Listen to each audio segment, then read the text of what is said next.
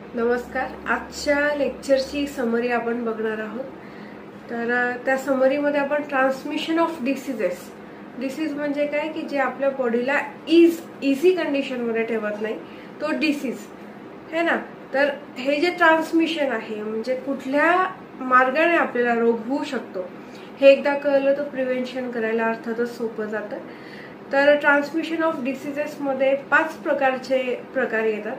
त्याच्यात लक्षात ठेवायचं C, V² आणि AP हा फॉर्म्युला.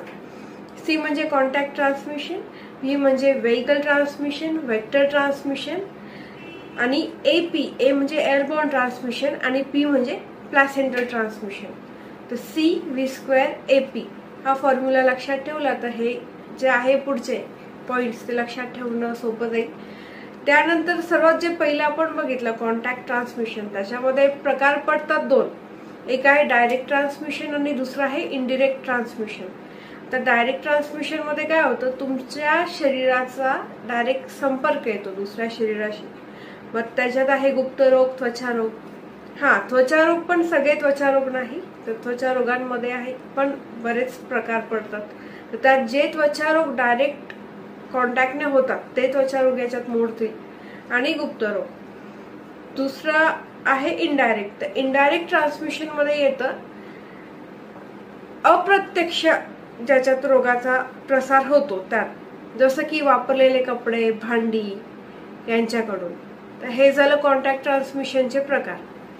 पुढचं होतं व्हेइकल ट्रान्समिशन. तर व्हेइकल ट्रान्समिशन मध्ये आपण बघतो की जे व्हेइकल आहे म्हणजे अन्न, पाणी, द्रव पदार्थ, दूध याच्या थ्रू ज्याचा हे होता ट्रान्समिशन ते झालं व्हेइकल ट्रान्समिशन. त्यानंतर येतं वेक्टर ट्रान्समिशन. याच्यात पाळीव प्राणी, उपद्रवी प्राणी, कीटक यांचा सगळ्यांचा समावेश होतो. त्याच्यामध्ये 2 प्रकार पडतात. एक आहे यांत्रिक आणि दुसरा आहे जैविक. यांत्रिक मध्ये जे येतं ते आहे दूषित पदार्थ त्वचेवर किंवा अन्न पाण्यावर किंवा वस्तूवर पसरवून रोगाचा प्रसार होतो, या जसं की माशी घाणीवर बसते. त्यानंतर जैविक प्रसारात काय होतं की यात रोगजंतूंची जी वाढ आहे ते प्राण्यामध्ये होतो. म्हणजे उदाहरणार्थ घ्यायचं झालं तर प्लेग आणि मलेरिया. चौथं येतं एअरबॉर्न ट्रान्समिशन. हा 3 प्रकारांनी होतो.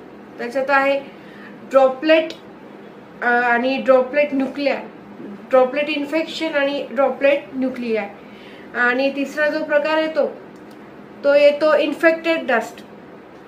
आता ड्रॉपलेट इन्फेक्शन मध्ये तुषारांमार्फत जो होणारा रोगप्रसार आहे तो येतो. ड्रॉपलेट न्यूक्लियाय मध्ये अतिसूक्ष्म तुषारांचे लगेच बाष्पीभवन होते आणि फक्त जे जंतू शिल्लक राहतात त्यांना आपण म्हणतो की ड्रॉपलेट न्यूक्लियाय. हे थोडेसे स्मॉल असतात है ना. तर उदाहरणच घ्यायचं झालं तर कॉमन कोल्ड आणि ट्युबरक्युलोसिस हे त्याचे उदाहरणं घेता येतील आपल्याला. त्यानंतर इन्फेक्टेड डस्ट मध्ये धुळीमार्फत होणारा रोगप्रसार. इन्फेक्टेड डस्ट मध्ये आपण उदाहरणच घ्यायचं झालं न्यूमोकोनियोसिस नावाचा एक लंग्सचा आजार आहे, ज्याच्यात लंग्स इन्फेक्शन बसल्यामुळे लंग्स इन्फ्लेम्ड होतात आणि हा जो आहे हा क्रोनिक आपण ते डस्ट पार्टिकल्स ज्यावेळेस श्वसनाद्वारे आतमध्ये घेतो त्यामुळे हा होणारा आजार आहे. तर अशा प्रकारचे जे आजार आहे ते येतात धुळीमार्फत झालेले. तर 5वा जो प्रकार बघितला आपण तो आहे प्लॅसेंटल ट्रान्समिशन. आता प्लॅसेंटल ट्रान्समिशन ते इट सजेस्ट की जे जंतू डायरेक्ट गर्भापर्यंत पोहोचतात आई प्रेग्नंट असताना त्याला आपण म्हणतो placental transmission. For example HIV AIDS हा आईकडनं बाळाला होऊ शकतो. पण आता नवीन संशोधनानुसार काही औषधं अशी निघाली आहेत की आपल्याला बाळाला तो एड्स होऊ नये हे जर लवकर कळलं की आईला एड्स आहे हे जर लवकर कळलं तर बाळाला तो एड्स होत नाही. आता हे जे आहे हे आपण बघितले आज डिसीज ट्रान्समिशनचे प्रकार.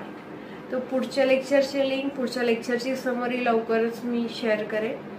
आजसाठी एवढंच. धन्यवाद.